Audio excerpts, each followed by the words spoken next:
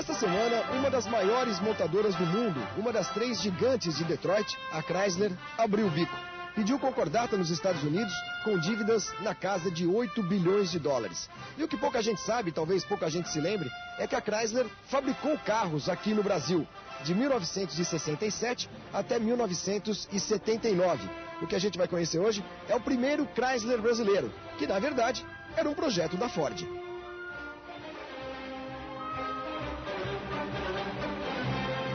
É que, na verdade, esse Chrysler Esplanada é derivado do Cinca Esplanada, um carro brasileiro que tem a sua origem na França, na linha Cinca Chambord, que, por sua vez, era um projeto comprado da Ford americana, o Ford Vedette, da grande rival da Chrysler. Aqui no Brasil, ele começou a ser fabricado em 1959. A linha Chambord era a base de todos os carros da Cinca. A linha que tinha o Presidência, um carro muito luxuoso, o Cinca Rally, um carro esportivo, a Jangada, que era a perua, a primeira station wagon com 4 portas do Brasil. Depois tinha também o Cinca Profissional, um Cinca despojado, sem grandes requintes, que era feito principalmente para taxistas, e também o Cinca Tufão, mais um esportivo dessa linha que nasceu na Chambord, com o Cinca Chambord.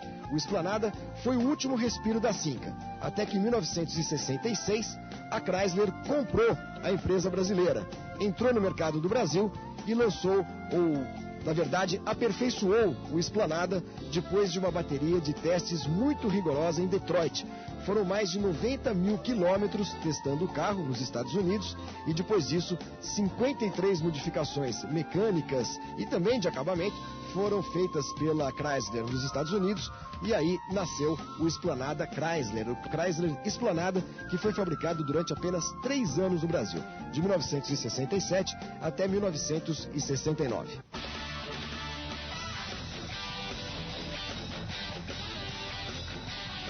A Chrysler, quando assumiu a Cinca em 67, demitiu 400 dos 1.700 funcionários que a empresa tinha aqui no Brasil. A fábrica ficava na rodovia Anchieta, no quilômetro 23, exatamente em frente à fábrica da Volkswagen. E a Chrysler entrou no mercado para bater forte na Ford, que já estava lançando o Ford Galaxy, um carro grande, e esse seria o grande concorrente dos produtos da Chrysler.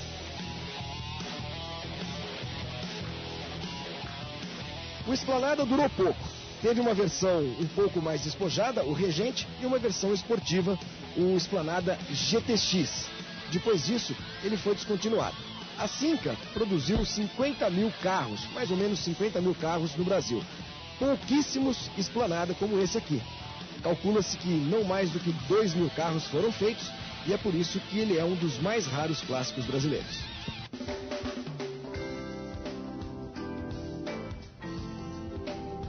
O Esplanada foi lançado no Salão do Automóvel de 1966. Ele nada mais era do que um Cinca Chambord com a frente e a traseira modificadas. Mas ele tinha muita coisa diferente também por bases no acabamento, como por exemplo o painel de jacarandá, o controle do comando de ignição, do avanço da ignição, que era uma exclusividade desses carros, e a característica mais marcante de todos os modelos feitos pela Cinca e depois pela Chrysler no Brasil também, o motor V8. Um motor de 8 cilindros, com 140 cavalos de potência e 2,4 litros de cilindrada, 2.400 centímetros cúbicos de cilindrada. E havia uma curiosidade, o pessoal chamava o Cinca, pelo seu baixo desempenho, de Bell'Antonio. Era uma referência a um personagem de um filme italiano que era muito bonito, mas na hora do vamos ver, não fazia nada.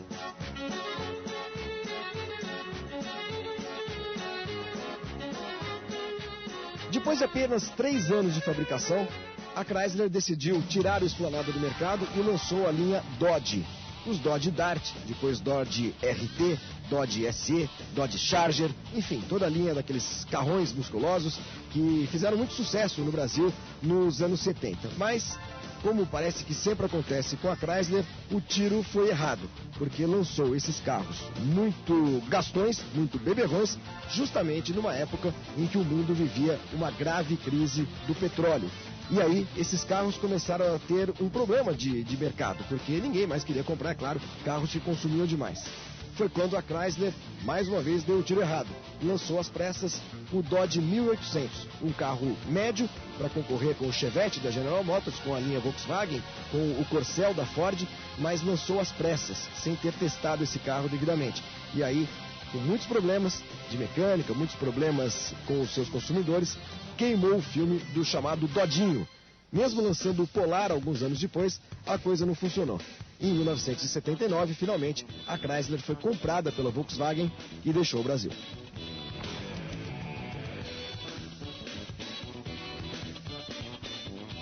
O acabamento do Esplanada era show de bola. Aqui atrás, por exemplo, o passageiro tinha à sua disposição um cinzeiro normal, todo mundo fumava naquela época, um acendedor só para ele, e aqui um interruptor para as luzes de leitura para os passageiros aqui de trás.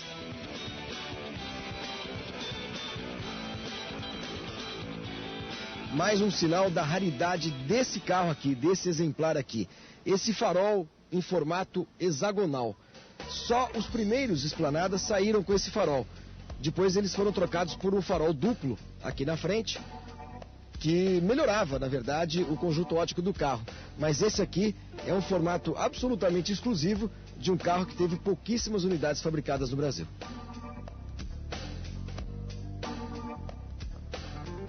Bom, esse é um dos primeiros carros brasileiros a usar motor V8. É o primeiro, na verdade, motor V8 fabricado no Brasil. Apesar do desempenho não ser grande coisa, é sempre um grande charme ouvir o ronco de um V8.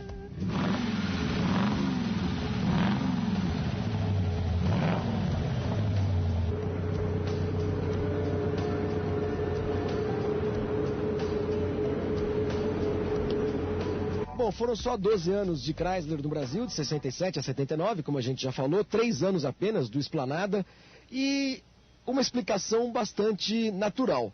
Era um carro que consumia muito, cada acelerada doía no bolso. E todos eles, quando o sujeito virava a chave no contato, indicavam que o tanque estava quase sempre vazio. Custava muito caro ter um Chrysler. E aí, a montadora acabou deixando o país.